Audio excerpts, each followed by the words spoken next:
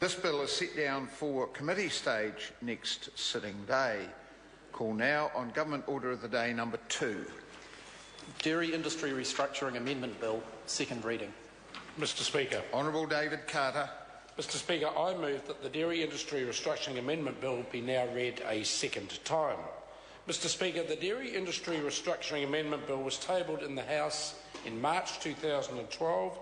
It had its first reading on 3rd of April, after which it was referred to the Primary Production Committee for consideration. The committee received and considered 99 written submissions and 43 oral submissions to the bill. The bill does 3 key things.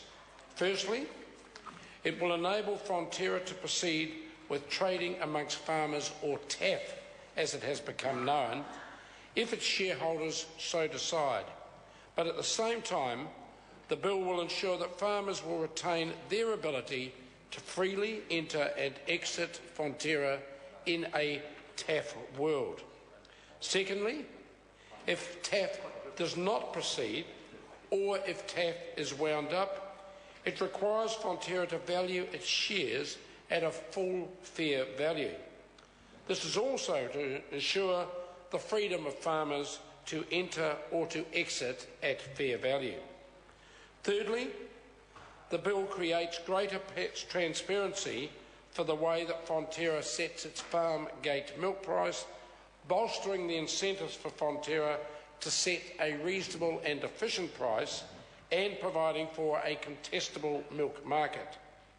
This is in recognition of the importance of Fonterra's farm gate milk price to the entire New Zealand dairy industry. During the consultation period, submitters queried a number of aspects of the bill.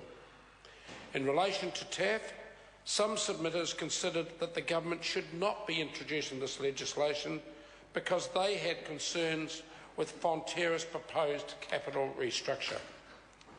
I have always said that trading amongst farmers is a matter for the board and the shareholders of Fonterra.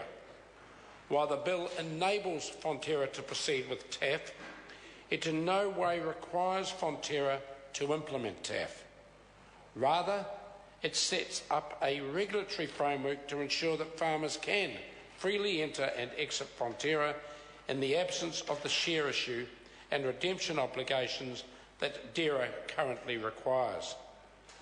Any concerns with the design of TAF itself are for the Fonterra board and management to address.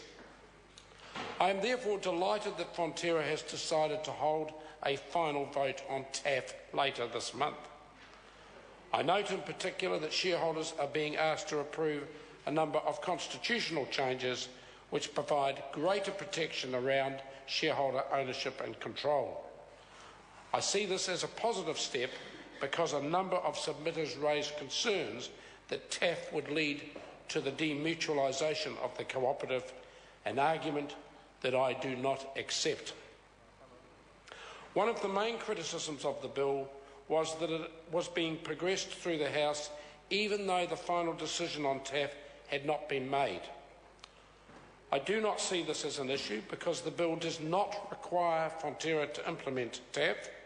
However, if Fonterra decides to go ahead with TAF, it is crucial that the legislation is finalised to provide enough certainty to investors ahead of the proposed launch in November this year. The TAF provisions in the bill remain largely unchanged since its first reading. Section 109K, which relates to the behavioural obligations on Fonterra, have been clarified so that certain conduct is only prohibited if it is for the purpose of restricting farmers' freedom of entry and exit. Some technical changes have also been made to the Order in Council process to reflect concerns put forward by the Regulations Review Committee. The fair value share provisions in the bill received criticism from a number of submitters who consider that it is not appropriate for government to intervene in the share valuation of a private cooperative. However, Mr Speaker, Fonterra is not a normal cooperative. Its dominant position in the market means that its share value has an impact on the overall efficiency of the total dairy industry. If Fonterra was to set its share price at a nominal value, this would clearly discourage farmers from exiting Fonterra and encourage other farmers to enter, thereby impacting on the contestability of the farmgate milk market. That is why, unlike the share price of any other cooperative, Fonterra's share price is a public policy concern. A number of changes have been made to Section 77A since the bill was introduced. These changes clarify the government's policy intent that the share price should be set at a full fair value in the absence of trading amongst farmers.